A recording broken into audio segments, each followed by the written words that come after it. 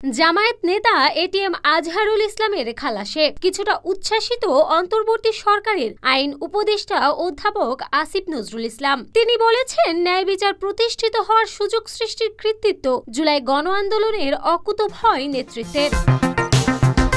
একাত্তরের মুক্তিযুদ্ধকালের মানবতা বিরোধী অপরাধের মামলায় মৃত্যুদণ্ড থেকে আজহারুলকে ২৭ মে সকালে খালাস দিয়ে রায় দিয়েছেন আপিল বিভাগ। ২৭ মে মঙ্গলবার এই খবর প্রকাশ্যে আসতেই দুপুরের দিকে নিজের ভেরিফাইড ফেসবুক পেজে একটি পোস্ট করেন আসিফ নজরুল।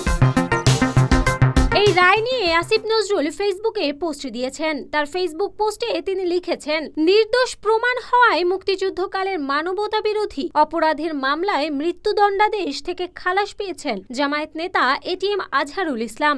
দণ্ডাদেশের বিরুদ্ধে তার করার রিভিউ সর্বসম্মতিতে মঞ্জুর করেছেন প্রধান বিচারপতির নেতৃত্বাধীন সুপ্রিম কোর্টের আপিল বিভাগ। আজহারুলকে মৃত্যুদণ্ড দিয়ে আন্তর্জাতিক অপরাধ ট্রাইব্যুনালের রায় এবং মৃত্যুদণ্ড বহাল রেখে এর আগে আপিল বিভাগের দেওয়া রায় বাতিল ঘোষণা করা হয়েছে আজকের রায়ে।